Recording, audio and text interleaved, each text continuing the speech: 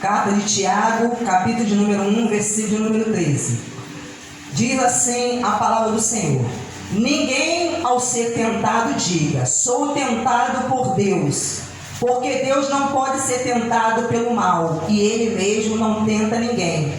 Ao contrário, cada um é tentado pela sua própria cobiça, quando esta o atrai e seduz. Então a cobiça, depois de haver concebido, dá à luz o pecado, e o pecado, uma vez consumado, gera a morte. Pai, aqui estamos, Senhor, para ouvi-lo, meu Pai, para servi-lo, para fazer, meu Deus, a sua vontade. Pai justo, opera, meu Deus, nos corações e nas mentes, que a sua palavra, que é poder, meu Pai, venha trazer, meu Deus, a fé, a salvação e a libertação. Pai querido, que aqueles, meu Deus, que creem na sua palavra, que derem ouvido a ela, meu Deus, sejam libertos, curados, transformados. Que teu Santo Espírito, meu Pai, venha, meu Deus amado, cooperar comigo, confirmando a sua palavra, meu Deus. Pai, faz com que ela produza o resultado. Opera, meu Deus, em mim e através de mim. Assim eu te peço, te agradeço, no nome santo de Jesus. Amém. Desocupe as suas mãos, aplaude, dê glória a Deus, glorifica ao Senhor. Dê a melhor salva de palma que você puder, porque é para Ele, porque a Ele pertence a honra, a glória e o louvor para sempre. Querido, Tiago escreveu essa carta à igreja. E aqui Tiago, ele fala nesses versículos que nós acabamos de ler, que fala que se alguém está sendo tentado, essa pessoa não está sendo tentada por Deus. Porque a Bíblia diz que o tentador é Satanás, o diabo, nosso adversário, o adversário de nossa alma. Então é ele que tenta o homem. Quando eu falo homem, mulher, no sentido genérico. Então ele fala aqui no versículo 14, ao contrário, cada um é tentado pela sua própria cobiça. Então aqui mostra a origem, querida, da tentação. E a tentação, ela está dentro, às vezes, do próprio homem. Quando nasce nele esse desejo, a cobiça é um desejo descontrolado, desenfreado, um desejo desmedido, um desejo por aquilo que é proibido, aquilo que leva a pessoa a pecar, o desejo por fazer o mal. Então ele está falando que a própria cobiça, quando esta o atrai e seduz. Então esse é o propósito, da tentação. É despertar na pessoa o desejo dentro da pessoa e fazer com que a pessoa seja atraída e seduzida por esse desejo. Ela é envolvida, ela acaba sendo levada e ela cai em uma armadilha. Então aqui ele faz uma comparação aqui, mostrando que há um processo para que isso aconteça. Então a cobiça, o desejo, depois de haver concebido, é como, aqui está mostrando como se fosse uma gestação, uma gravidez. A mulher, ela tem relações com seu marido e ela então concebe.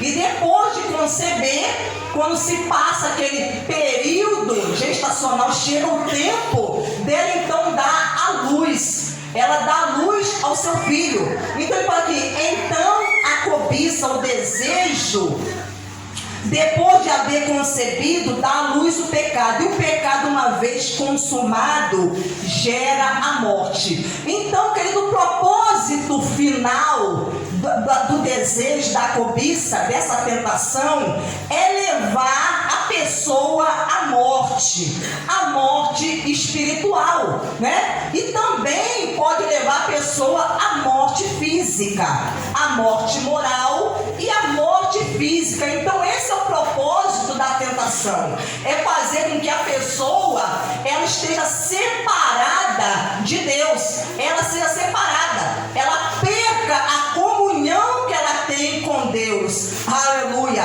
Então Tiago aqui ele está nos ensinando e nos advertindo a respeito de como a tentação ela acontece dentro do ser humano. Então o diabo muitas vezes ele vai despertar na pessoa esse desejo para o pecado, para aquilo que é errado. Agora vamos capítulo 3, Gênesis capítulo 3, versículo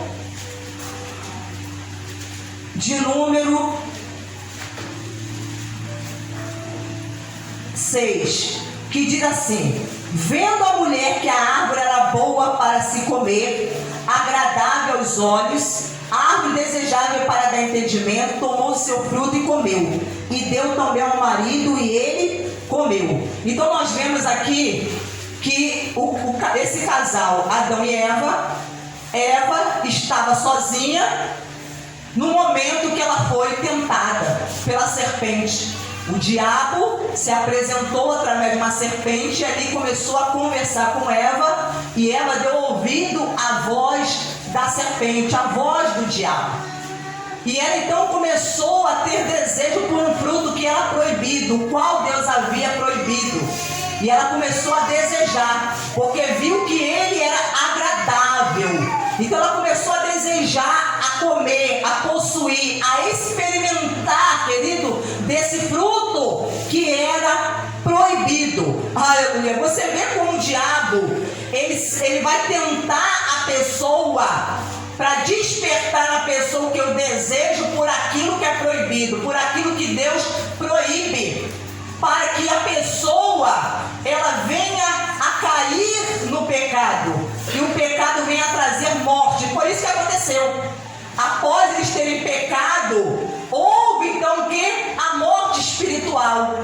A primeira morte, a consequência do pecado foi a morte espiritual, a separação de Deus.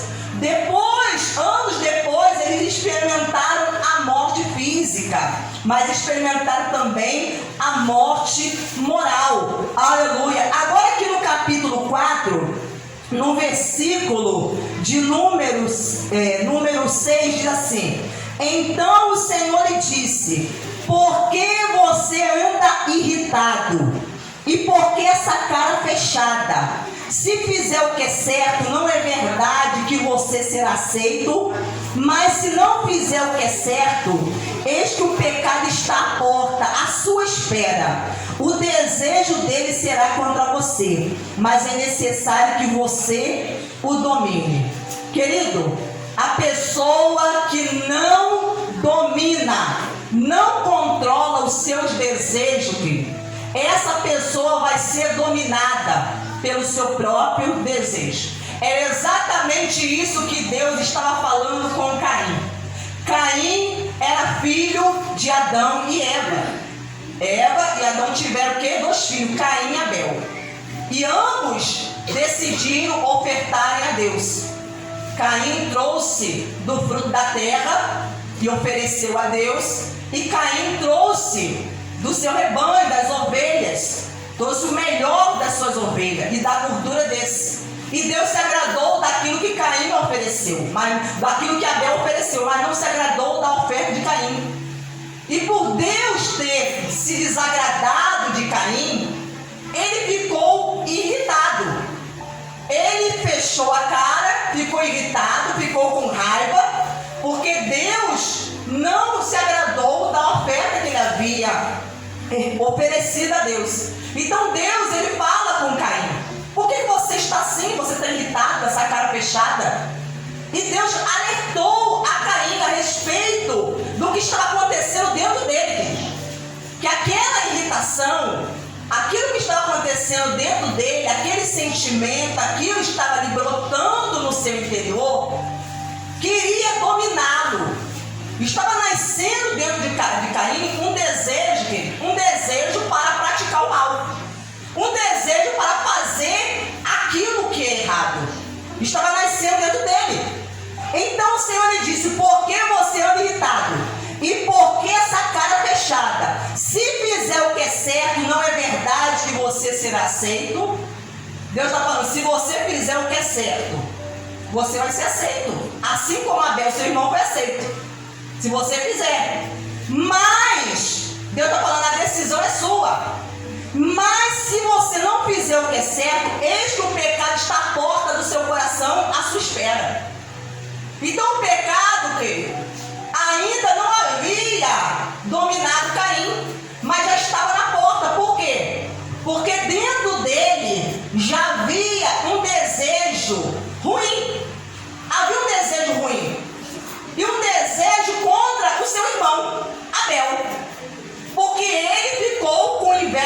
irmão Abel, por Abel ter sido aceito, recebido por Deus. Então começou a nascer um desejo de querer matar Abel, de querer eliminar Abel. Por quê? Eu só estou sendo reprovado por Deus porque você existe. Porque você existe. Se você deixar de existir, então Deus vai se agradar de mim.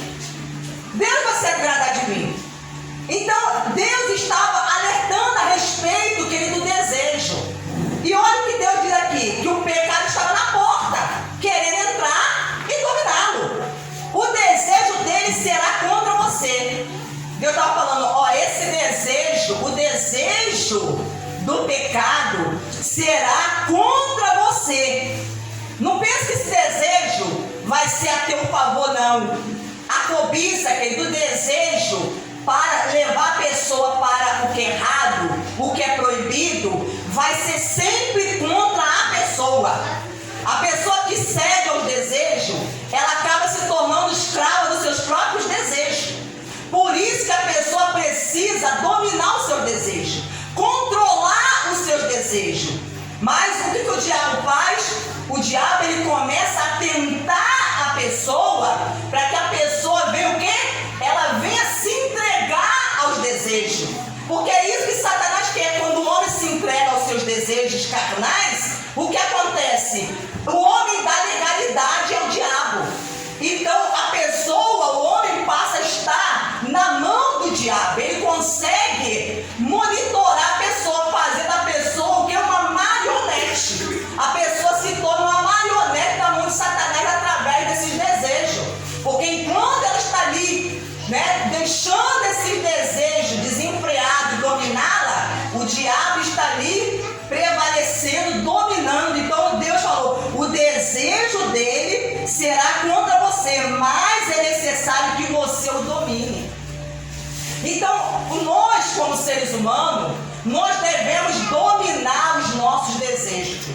Porque os desejos para aquilo que é errado, ele surge, ele aparece. O desejo de enganar, o desejo de trair, o desejo de mentir, o desejo muitas vezes de roubar, o desejo, querido, de se apossar de algo que não lhe pertence, o desejo de falar mal do seu próximo, o desejo, querido, aleluia, de fazer algo que nós sabemos que Deus vai reprovar. Então, querido, esses desejos, eles vão surgir. Eles vão surgir, mas Deus está falando, cabe a você dominá-lo. Você precisa dominar os seus desejos. Você precisa fazer morrer a sua natureza humana. Você precisa crucificá-la, ela com Cristo. Crucificar sua natureza com Cristo. Não deixar com que ela, querido, se incline e te leve para a morte. Porque esse é o propósito da tentação, levar a pessoa à morte. Aleluia. Agora vamos lá para o livro de Josué, capítulo de número 6. Josué, capítulo de número 6, versículo de número 18. Quanto a vocês, cuidem para não ficar com nenhuma das coisas condenada, para não acontecer que depois de as terem condenado, vocês as tomem para si. Neste caso, tornariam maldito o arraial de Israel, trariam confusão a ele, porém toda a prata, ouro e utensílios de bronze e de ferro são consagrados ao Senhor, irão para o seu tesouro. Queridos, aqui no capítulo 6 do livro de Josué, fala a respeito da conquista da cidade de Jericó. Deus prometeu entregar os moradores, os inimigos que dominavam essa cidade nas mãos de Josué e dos filhos de Israel. E Deus deu todas as instruções para que eles vencessem os inimigos. Instruiu Josué, que era o líder, instruiu os sacerdotes, instruiu os guerreiros e o povo. Então Deus falou que durante né? 7 dias eles deveriam rodear a cidade, e na 7ª volta deveriam dar mais 7 voltas, e depois deveriam tocar trombeta, o sacerdote tocaria trombeta, e o povo então gritaria, e Deus então daria a vitória. E assim, querido, aconteceu, do jeito que Deus falou, do jeito que ele prometeu, a coisa aconteceu, porque Israel obedeceu a Deus. Mas aconteceu um fato, porque Deus havia orientado a Josué e o povo que aquela cidade seria destruída, queimada. Então Deus falou: essa cidade, né, está condenada, porque tudo que está ali é maldito. Essa cidade está condenada. Então somente Raabe e a sua família foram salvos, porque Raabe, ela creu no Deus de Israel. Então, por ela ter crido no Deus de Israel, Deus então salvou Raabe, deu ordem a Josué, os homens que foram espiar a terra, e falou: na hora que a cidade foi invadida, vocês salvem Raabe e a sua família. Então eles foram os únicos sobreviventes daquela cidade. Então Deus falou que tudo que ali estava, querido, a cidade estava condenada, então eles não poderiam ficar com nada. Você não pode se apossar, se apropriar de nada que há na cidade. Então o ouro, a prata, o bronze vão ser consagrados a Deus e vão ser depositados no tesouro a Deus. Então não poderiam. Então todo mundo que foi para guerrear estava consciente disso. Estava consciente. Mas mesmo a pessoa consciente, teve um que mesmo sendo consciente, querido, não levou isso em consideração, em conta. E por que não levou em conta? Por causa da sua cobiça. O seu desejo de possuir, de querer aquilo que era proibido, o qual Deus havia proibido, foi maior. E ele deu, querido, vazão, se inclinou aos seus desejos. Se inclinou aos seus desejos. E essa inclinação trouxe consequências, e consequências graves, não somente a ele, mas a sua família. Então, querido, às vezes por causa de um desejo, você pode morrer. Um desejo pode levar você à morte, quando esse desejo é proibido. E quando você já tem consciência de que esse desejo é proibido, quer dizer, você não é mais inocente. Porque se Deus já te advertiu, já falou com você, mas você continua, né, se entregando, se inclinando a esse desejo, então você não está sendo mais inocente. Deus fala que não terá o culpado como inocente, porque já foi alertado. Então já deixou de ser inocente. Inocente é quando você não sabe. Você faz algo, mas você não sabe, você não foi alertado, ninguém te falou, Deus não te falou, Deus não usou ninguém para falar com você, então você não tem conhecimento daquilo, então você é inocente em relação àquilo. Você muitas vezes está errando, mas errando por ignorância, por falta de conhecimento, porque você está sendo inocente nessa questão.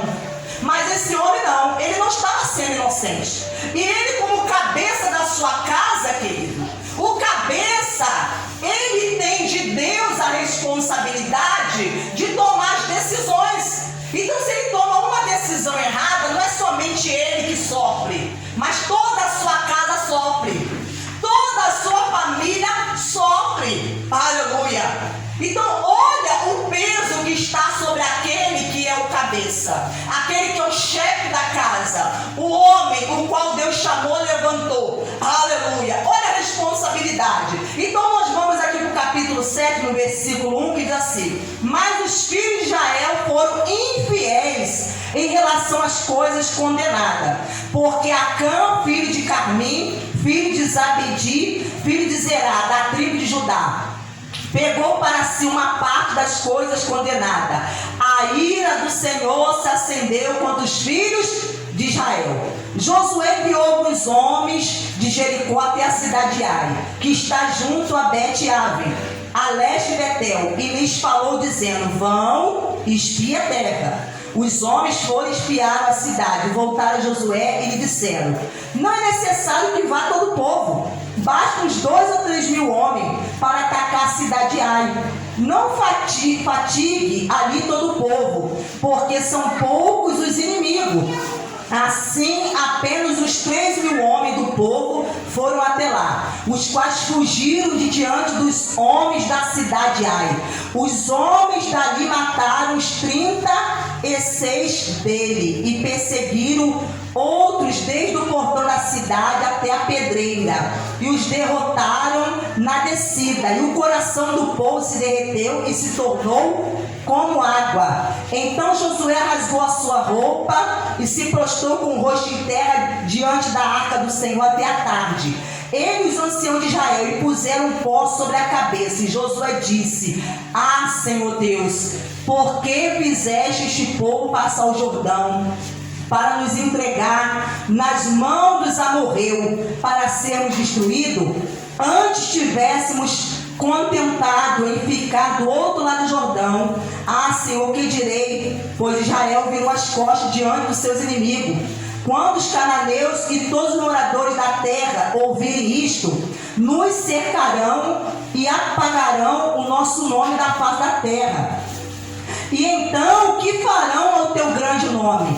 Então o Senhor disse a Josué: levante-se, porque você está assim prostrado sobre o seu rosto. Israel pecou, quebraram a minha aliança, aquilo que eu lhes havia ordenado, pois tomaram das coisas condenadas, furtaram, mentiram e até debaixo da sua bagagem o puseram. Por isso os filhos de Israel não puderam resistir aos seus inimigos, viraram as costas diante deles, porque Israel está condenado à destruição. Não continuarei com vocês, se não eliminar do meio de vocês a coisa roubada. Levante-se, santifique o povo e diga: santifique-se para amanhã, porque assim diz o Senhor Deus de Israel: a coisa condenada no meio de vocês, ó Israel, vocês não poderão resistir aos seus inimigos, enquanto não eliminarem do meio de vocês as coisas condenadas.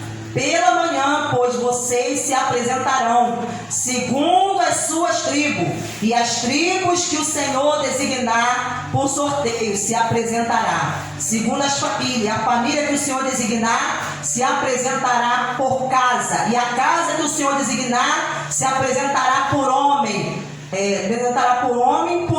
Aquele que for achado com a coisa condenada será queimado, e tudo o que tiver, porque quebrou a aliança do Senhor e tomou um ato infame em Israel. Então Josué se levantou de madrugada e fez com que Israel se apresentasse segundo as suas tribos, e a sorte caiu sobre a tribo de Judá. Ele fez com que se apresentasse a tribo de Judá, e a família indicada foi a dos Zeraitas. Fez com que se apresentasse a família dos Zeraitas, homem por homem. A família indicada foi a de Zabedi. E fazendo com que se apresentasse a família de Zabedi, homem por homem, indicado foi Acã, filho de Carmi, filho de Zabedi, filho de Zerá, da tribo de Judá. Então Josué disse a Acã: meu filho, dê glória ao Senhor, Deus de Israel, e renda louvores a Ele. E conte-me agora o que foi que você fez. Não me esconda nada. Acã respondeu a Josué: preste atenção aqui. É verdade, eu pequei contra o Senhor, Deus de Israel, e fiz assim. Quando vi entre os despojos uma boa capa babilônica, uns 2,5 kg de prata, e uma barra de ouro pesado mais de meio quilo, cobicei essas coisas e as peguei para mim, e eis que estão escondidos na terra, no meio da minha tenda, e a prata por baixo. Aquilo que Deus havia instruído, advertido, que não deveria, querido, eles se apossarem. Esse homem chamado Acã, da tribo de Judá, quando ele estava na cidade de Jericó, ele viu uma capa babilônica. Então era uma capa bonita, uma capa que chamava a atenção. E não somente uma capa, mas também ouro e prata. E o que ele disse? Eu cobicei. Eu desejei aquilo para mim. E o desejo que ele teve fez com que ele o quê? Se apossasse, colocasse as mãos naquilo que não lhe pertencia. Não lhe pertencia, naquilo que era proibido, naquilo que era condenado. Então ele, consciente, sabendo que aquilo era errado, o que ele fez? Ele pegou, levou para a sua tenda, para a sua casa, e escondeu, cavou um buraco e escondeu a capa, o ouro e a prata, pensando que ninguém descobriria aquele. Mas ele estava servindo a um Deus que é onisciente, um Deus que sabe de tudo, que vê tudo, que conhece os pensamentos e as intenções do coração, um Deus que nos prova, um Deus, querido, que não tem como o homem se ocultar dele, se esconder, como disse o salmista no Salmo 139, para onde eu vou me ausentar do teu espírito? Se eu subir ao mais alto do céu, tu lá estás. E se eu descer ao mais profundo do abismo, lá também tu estás. O Senhor está em todo lugar. Então como que eu vou me esconder, vou me ausentar de ti? Não tem para onde eu fugir dos olhos de Deus. Então ele conseguiu esconder por um determinado tempo de Josué, do povo de Israel. Talvez escondeu da esposa, escondeu dos seus filhos, mas não conseguiu ocultar, esconder de Deus, querido. Não conseguiu.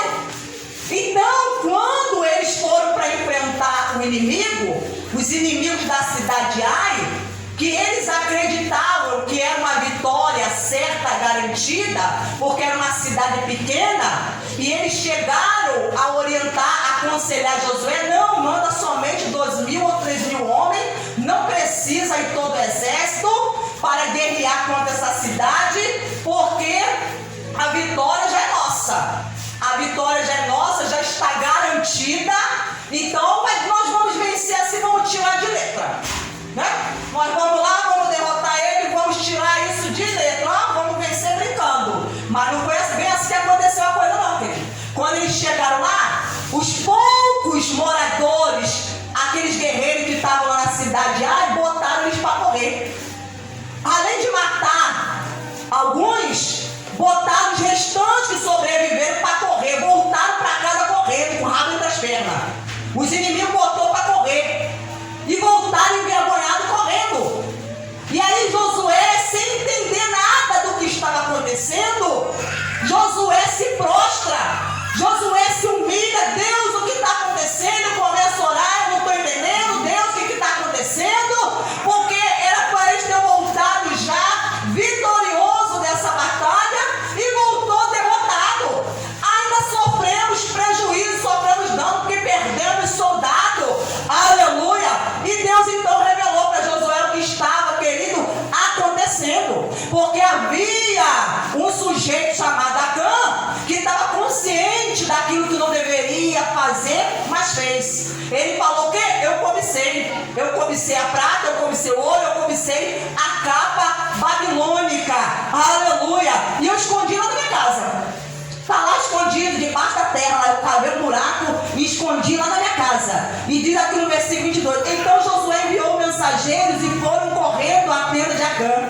E eis que tudo estava escondido nela, da prata, e a prata estava por baixo. Tiraram aquelas coisas do meio da tenda e a trouxeram a Josué a todos os filhos de Israel, e as colocaram diante do Senhor. Então Josué e todo o Israel com ele pegaram a campo e de Zerá, e a prata, a capa e a barra de ouro, e os filhos e as filhas dele, os seus bois, seus jumentos e as ovelhas, e sua tenda e tudo que ele tinha, os levaram para o vale de Acó. Josué disse a Acã: por que você trouxe esta calamidade sobre nós?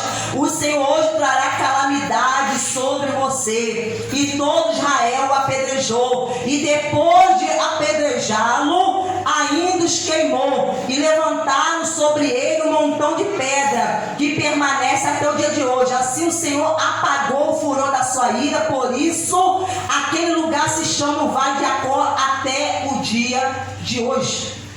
Então nós vemos aqui, olha aqui, o que Tiago falou? que a cobiça, ela atrai a pessoa e seduz.